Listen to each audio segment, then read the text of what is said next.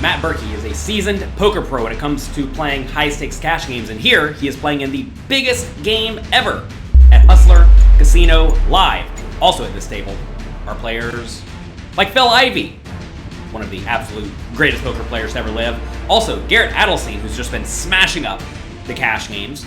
And in this hand, we're going to see if Berkey can be a magician, because he has not one, but two aces up his sleeve. Berkey here has aces. Let's see how much money the pocket aces can get into the pot.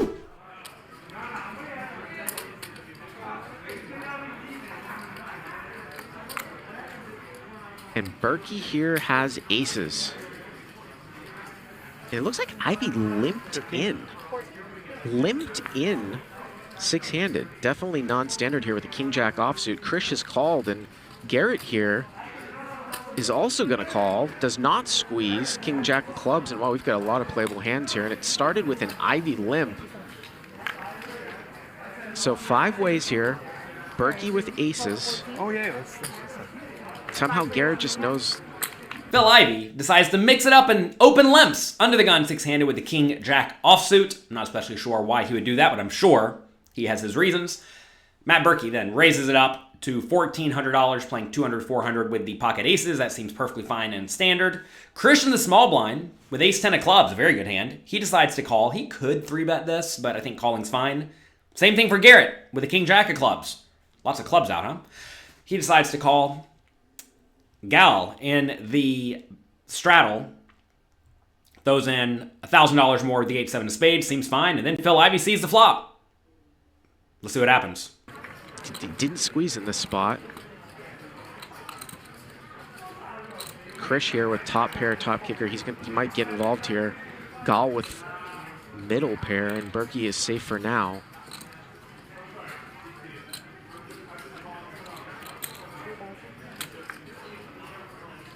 $3,000, and we've seen Krish make check raises on these types of boards. It wouldn't surprise me. And it looks like he is going to go for raising chips here. So 9,000, that's actually going to clean up everybody for Berkey here. And boy, he is in a great spot against ace-10.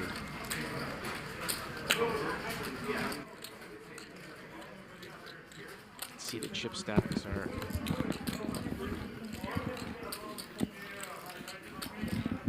I definitely like Berkey's continuation bet on this 10-7-5 flop. It's very, very easy for his opponents to have some hands that have some equity that are way behind. And you don't really have to worry too much about hands like pocket 10s, because that would often re-raise pre-flop. And 10-7 suited and 7-5 suited probably would not call pre-flop, although maybe they do. So this is a spot where, for the most part, Berkey's going to have the best hand by a mile. So he does go for a medium-sized bet, which is often what you should do in multi-way pots. And then he gets over to Krish with the ace-10 of clubs. Top pair, top kicker. Normally a very good hand. And I think raising is fine, especially with a lot of players yet to act, right? He has 3 players yet to act, all of whom could call with something like a gut shot or a middle pair, like we see Gal has the 8-7 of spades here. You don't really want that to stick around for only 3,000 into a pot that would go up to, what, 16,000 if Krish called and then the 8-7 suited called. So I like the raise. Also, this is a spot where Matt Berkey does not have to have exactly an overpair to bet, right? He could easily be sitting here with Jack-10 of clubs that you're dominating hard. Or he could have a draw that decided to bet, like Jack-9 of diamonds. So I think this is a spot where raising is definitely reasonable. Back around to Berkey.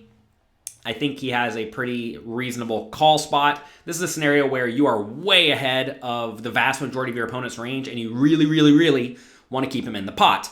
Now, if you think if you re-raise, he'll just always stack off with a 10 for the $60,000 stack that Matt Berkey has, I suppose re-raising is fine, but a lot of players will get very, very cautious whenever you bet the flop and then re-raise to something like $24,000. They're just not going to put their entire stack in with top pair, no kicker.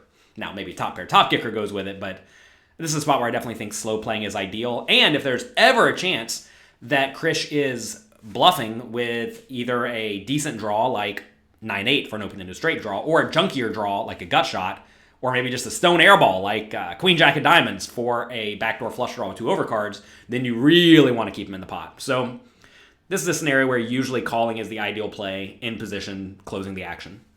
Let's see what happens on the turn. Turn here is a 4 of diamonds. So once again, Chris check raising top pair.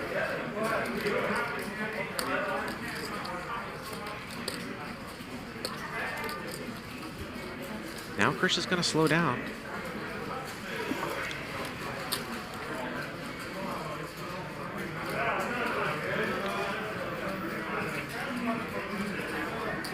Great shot there with those 1K chips.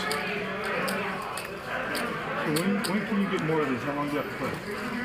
Or you just get the 6 hours? It's for 6 hours. 6 hours? Yeah, Berkey's not going to give up the reverse free card. He's going to bet.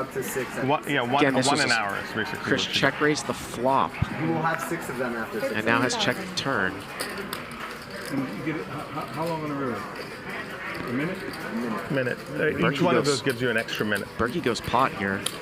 Maybe trying to get all the money in against a 10. 10 seconds. Adding 1 minute.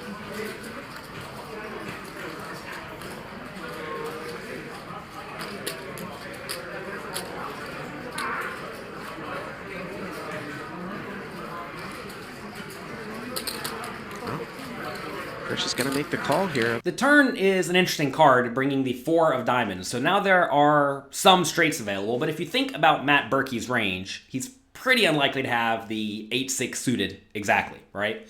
So this is a spot where if Krish had the best hand on the flop, he probably still has the best hand on the turn.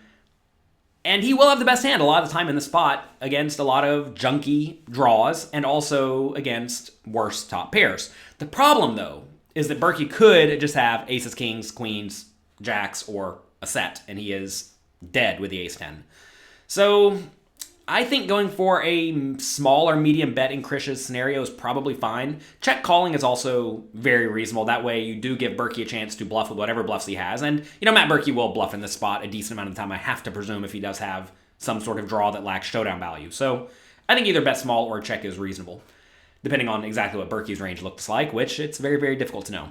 So Krish checks, and I think Berkey does need to go for a bet with the pocket aces in this scenario. I realize he could be crushed by a set that decided to slow play or random 10-7 suited, but this is a situation where, for the most part, pocket aces are the best hand by a mile. And if you think about Krish's range, it's going to be a whole lot of hands like top pair, which are not going to fold, or either junky draws that are drawing to 4 outs that may just give up on the river, and you don't want to let them see the outs for free.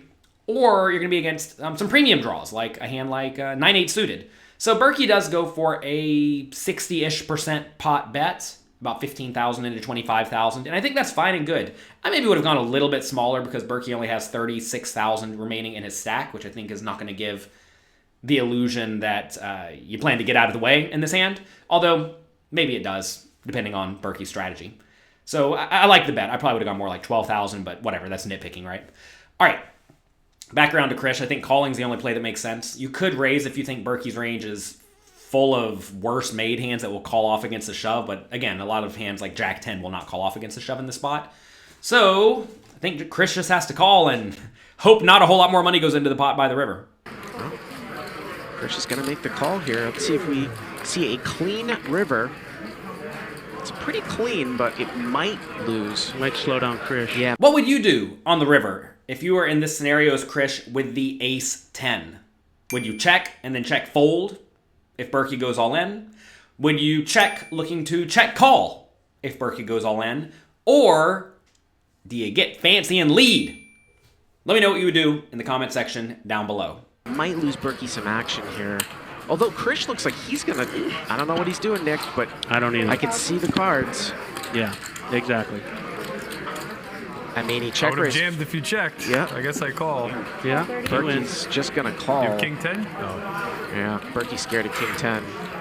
That's it. Wow. So Matt Berkey gets one there. A little strange at the end, but It was. He didn't feel good about calling that hand. I wouldn't either. I do not like this all-in lead at all. I'm not exactly sure if Krish thinks he is bluffing or value betting at this point, because if you think about it, Berkey could have some hands like queens and jacks that may actually find a hero fold on this river. But usually, from a game theory optimal point of view at least, which I realize we may not be in game theory optimal world at all, you typically want to lead on rivers that are really, really good for your range and really bad for your opponents. And if you think about the hands that Berkey could have as bluffs, some of those are going to be hands like King, Queen of Spades. They decided to call the flop check raise in position with 2 overcards backdoor flush draw. They decided to bluff the turn, and now they just paired top pair on the river. So that's a hand that's probably not going to fold to the shove. So given Chris should not have all that many hands containing a king, and Berkey should, I do not think this is a spot where Chris wants to lead with anything. And if he did want to lead, he probably wants to just be leading with total garbage that cannot win at the showdown. And this ace-10 actually does win at the showdown a decent amount of the time. Imagine Berkey has a hand like jack-10. He may find a fold against a shove, which would be terrible. So you're going to find that usually these medium strength but decent hands like Chris's just want to check the river. And, you're probably going to check call or check fold this river. I realize it's a tough spot if you check in Berkey shoves. Because, like I said, some of Berkey's bluffs are going to be random king highs that just got there that will go for thin value. It's not even that thin, really, because Chris's range contains a lot of 10s. So, facing the lead, Berkey just has a trivially easy call. Whenever a lot of draws miss, you just have to find a call. Like Berkey seems to allude to here. You could easily have king 10, right? Certainly you could. But you could also have one of the many busted draws. Whenever a lot of draws miss, you have to be very careful trying to bluff your opponent off of a decently strong hand, because they're just going to find calls. I mean, if Berkey had a hand like pocket queens here, I bet he would find a call, because Berkey realizes that there just are not a lot of kings in Krish's range. And if there's not a lot of kings in your opponent's range, what are they really doing? Are they really playing a set this way? It'd be bizarre. So Berkey does make the call, and he scoops a nice pot. By the way, if Krish did check the river, I am going to presume Berkey would still shove on this river just straight up for value, given there are a lot of busted draws that he could have. And look, if I was in Krish's shoes, what would I do? I probably would have called it off reluctantly, sadly, and Berkey would have won all my money in this hand anyway. That's me for today. I hope you enjoyed it. Huge thanks to Hustler Casino Live for letting us use this footage. If you enjoyed the show, click the like and subscribe buttons down below. I would definitely appreciate that. Also, click the notification bell. We make a point to put out a lot of fun, high-quality, educational, maybe a little bit entertaining content for you here on this channel. I want to make sure that you do not miss out on any of it. Have a great week. I hope you run very hot. And whenever you get aces, I hope you get all the money in good.